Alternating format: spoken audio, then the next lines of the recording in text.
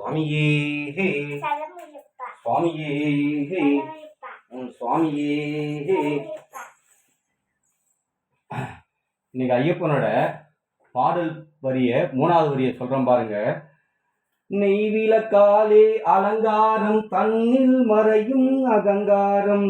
நெய்விளக்காலே அலங்காரம் நெஞ்சில் தன்னில் மறையும் அகங்காரம். சரணம் என்னும் ஓங்காரம் ஓங்கார ஸ்வரூபனே ஓங்கார ஸ்வரூபனே. சரணம் என்னும் ஓங்காரம் சர்வமும் அதிலே ரீங்காரம். ஆசையில் மோதும் அலையாவும் ஜோதியை கண்டால் தெளிவாகும். மகர ஜோதியை கண்டால் தெளிவாகும்.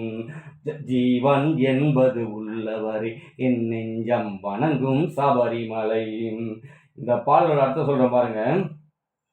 நெய் விளக்காலே அலங்காரம், ஐயனை அலங்காரம் பண்ணி அந்த நெய் தீபத்துல ஏற்றி அலங்கார சுரூபனா அவனை நாங்களை காண்றோம். அதான் நெய் விளக்காலே அலங்காரம் நெஞ்சில் தண்ணீர் மறையும் அகங்காரம். ஐயனை காணும்போது தன்னிடையே இருக்கிற அகங்காரம், திமிரு, ஆணவம் எல்லாமே உங்ககிட்ட இருந்து மறையும். அதான் சொல்றாங்க பாருங்க.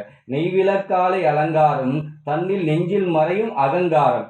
சரணம் என்னும் ஓங்காரம் சர்வமும் அதிலே ரீங்காரம். பாருங்க, ஐயனுடைய சரணத்தை சொல்லும் போது சர்வ சக்தியும் சர்வ மகாலட்சுமி கடாட்சமும் நம்ம கிட்ட கிடைச்சிருது. அதான் சொல்றாங்க. சரணம் என்னும் ஓங்காரம் சர்வமும் அதிலே ரீங்காரம்.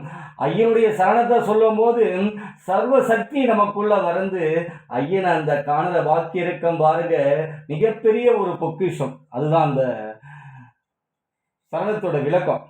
அடுத்து சொல்றேன் பாருங்க. சர்வம் அதிலே ரீங்காரம். ஆசையில் மோதும் அலையாவும் உன்னை கண்டால் போதும். உன் ஜோதியை கண்டால் பாருங்க, உன் ஜோதியை கண்டால் மனமே தெளிவாகும். அதான் மகர ஜோதியை கண்டால் மனம் நிம்மதியாகும். பாருங்க, ஐயனுடைய ஜோதியை அந்த காந்தமலை ஜோதியில காணும் போது ஐயப்பனே வந்து, ஐயப்பன் தான் ஜோதி, அந்த ஜோதி வழியில காட்சி கொடுக்கும் போது நம்ம அந்த மனசுல கிடைக்கிற நிம்மதி இருக்க பாருங்க, வேற எதுவுமே கிடையாது. மனசு தெளிவாயிடும். அதான் சொல்றாங்க, ஜோதியை கண்டால் தெளிவாகும். மகர ஜோதியை கண்டால் நம் மனசுல இருக்கிற எல்லாமே தெளிவாயிடும். அதான் சொல்லுவாங்க பாருங்க. ஆசையில் மோதும் அலையாவும் ஜோதியை கண்டால் தெளிவாகும். மகர ஜோதியில் கண்டால் தெளிவாகும்.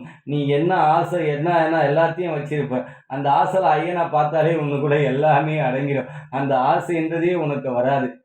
இவ்வளோ பெரிய ஒரு பகவானுடைய அந்த அர்த்தம் பாருங்க. பாட்டோட அர்த்தம் எவ்வளோ ஒரு வர்ணிச்சு பகவான் அழகா எழுதுகிறாங்க பாருங்க. ஐயனை வர்ணிக்க வார்த்தைகள் பத்தாது. சுவாமியே சுவாமியே சுவாமியே.